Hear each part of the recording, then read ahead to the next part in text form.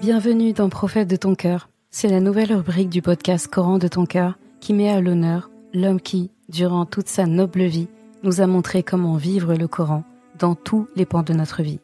Chaque lundi, au travers d'épisodes courts et concis, tu découvriras ou redécouvriras les beautés du Coran comme elles ont été mises en application dans la vie du meilleur homme qu'ait connu le monde, notre Muhammad sallallahu alayhi wa sallam. De quoi bien débuter ta semaine, comme s'il était avec toi, sallallahu alayhi wa sallam. Muhammad, khayru khalqillah, sallu ala rasulillah, habib al-Mustafa. Tant qu'il y a de la vie, il y a de l'espoir. C'est une expression française, un proverbe que on connaît tous. Et j'ai envie de dire que il y a une version encore plus belle, forcément, si elle vient de Rasulallah sallallahu alayhi wa sallam, qui parle encore mieux de ça. Pour nous, êtres humains que nous sommes. Et ce hadith, il est rapporté par Abdullah ibn Umar radiyallahu anhu, grand compagnon, qui nous dit de Rasulallah sallallahu alayhi wa sallam, qu'il a dit: si le jour du jugement arrive et que l'un d'entre vous tient un plant en main, donc un bout de terre, une graine, voilà, un plant, une plante, qu'il le plante s'il le peut. C'est un hadith que vous trouverez dans le Musnad de l'imam Ahmed.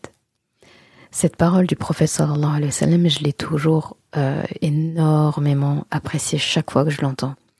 Ici, l'effort est mis à l'honneur.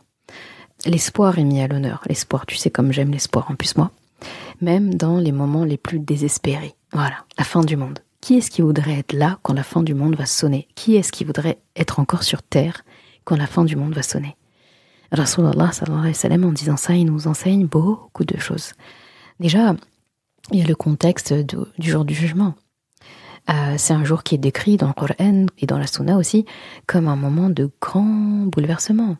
Des destructions massives autour de la terre, tout va se retourner, etc. Qu'Allah nous préserve. Normalement, la communauté de Muhammad sallallahu alayhi wa sallam, qui est croyante, qui est droite, ne vivra pas la fin du monde. Inch'Allah ya Rab. Donc quand Rasulullah sallallahu alayhi wa sallam dit ça, c'est pour nous vraiment nous donner l'image de... En fait, il prend le moment le plus où le désespoir peut être à son maximum. Imagine quand la fin sonne. Il n'y a plus d'espoir à ce moment-là, parce qu'on se dit c'est fini en fait.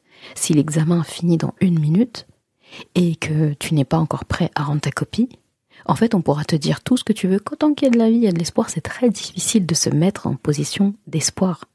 On se dit, c'est fini, le coup près, il est terminé. Et admettons, c'était même le rattrapage, c'est fini en fait. Tu n'accepteras plus de paroles mielleuses qui vont te dire je ne sais quoi. Donc en utilisant le jour où le désespoir est à son maximum, ce jour dont on entend parler dans le Coran, dans la Sunna depuis autant d'années, il vient enfin.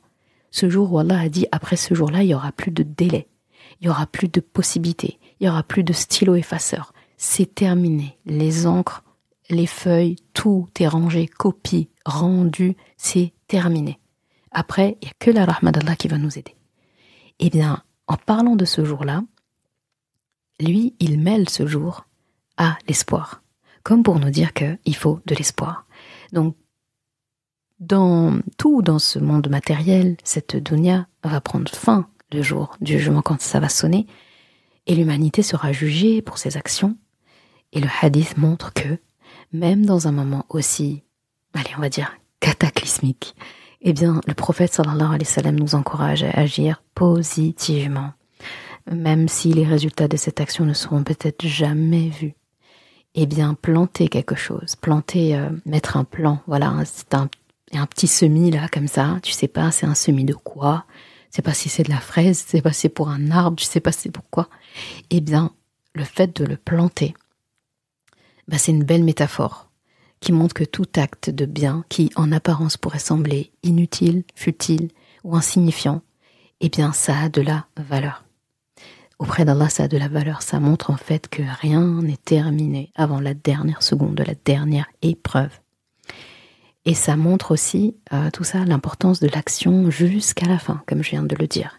ça nous enseigne en fait que l'action positive ne doit jamais, jamais s'arrêter. Même dans des circonstances les plus désespérées, comme je dis, Ayyam al-Qiyamah, qu'Allah nous préserve en tout cas d'être là, sur terre encore à la fin du monde.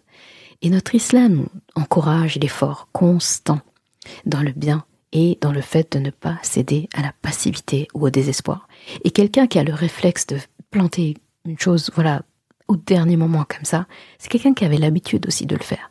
Donc il faut cultiver de notre vivant, là où entre guillemets tout est plutôt calme, entre guillemets, de cultiver cette habitude de constance maintenant, pour que, en fait, là, si demain on reprenne notre âme, on ferait une dernière action positive. D'accord ? On serait prêt, en fait. On n'est pas en léthargie, là, comme ça, et limite on subit et on sait pas quoi faire. D'accord ?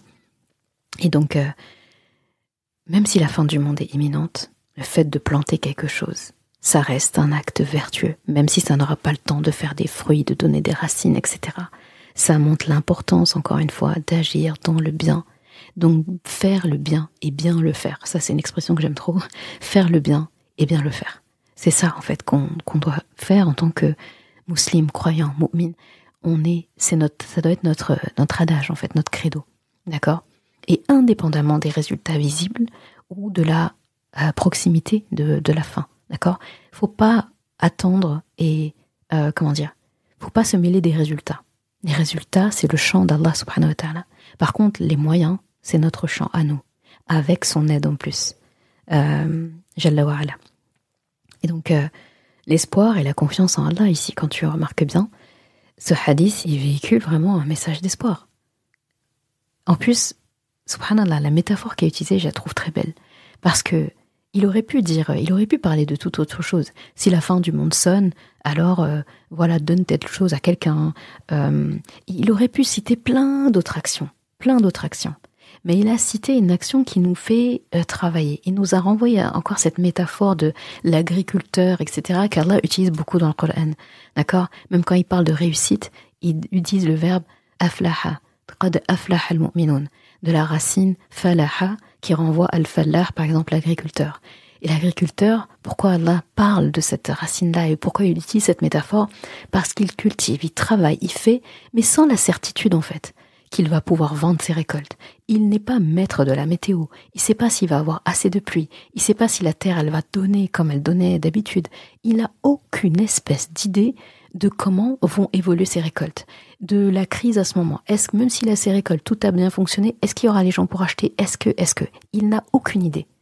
C'est un métier à risque, un métier où, d'ailleurs c'est un métier où il y a beaucoup de suicides, c'est un métier où en fait on bosse comme un bourrin, on met tout, en fait, on peut pas être là à spéculer, en fait, on donne le maximum sans avoir idée du résultat.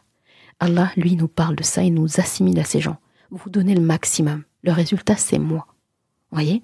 Et donc, le fait que Rasulullah sallallahu alayhi wa sallam parle de planter quelque chose, encore une fois, comme pour nous rappeler, vous ne serez en fait que des agriculteurs jusqu'à la fin, incertains de ce que vous allez obtenir. Et ça, vous allez le savoir au chapitre suivant. Après votre mort, au réveil, vous saurez. Vos récoltes ont donné quoi ? Et donc, le fait qu'il parle de planter quelque chose, il y a une notion de continuité. Parce que quand on plante, donc un semis, un plant, peu importe, il fait des racines et il donne des fruits. Donc ça va dans les deux sens. Il y a des racines ancrées qui sont solides, donc on plante quelque chose de solide, d'accord, qui va s'enraciner, et en même temps c'est quelque chose qui est censé donner un fruit. Ça va être des fleurs, des feuillages, des fruits, peu importe, ça donne quelque chose. Ça donne toujours quelque chose qu'on plante dans la terre. Donc le fait qu'il utilise cette métaphore-là, j'ai trouvé ça très profond. Ça peut être très intéressant donc d'approfondir ça de ton côté.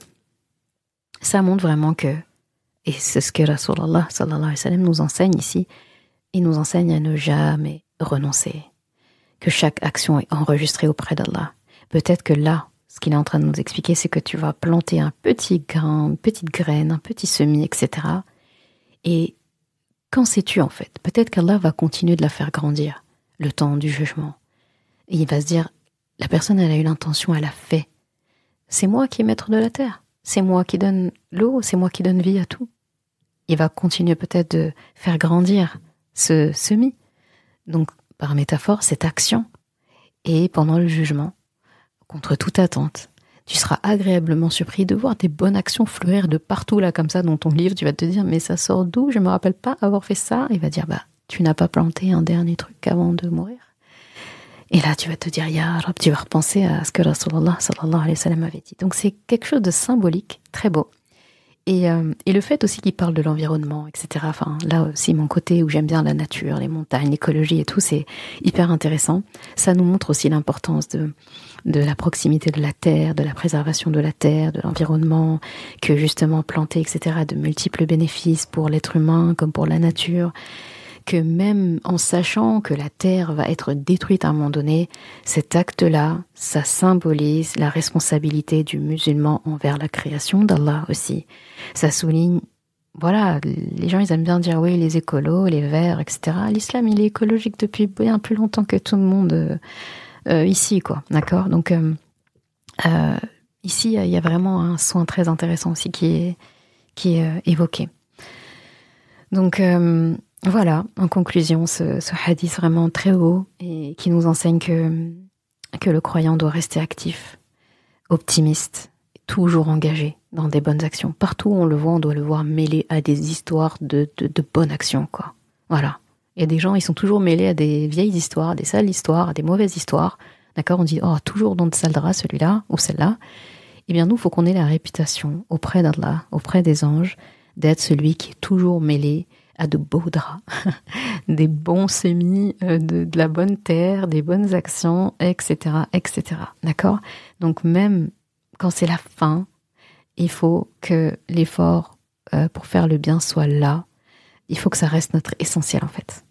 Walhamdulillah. وَمَا أَرْسَلْنَاكَ إِلَّا رَحْمَةً لِلْعَالَمِينَ. Et nous ne t'avons envoyé que comme rahma pour l'univers.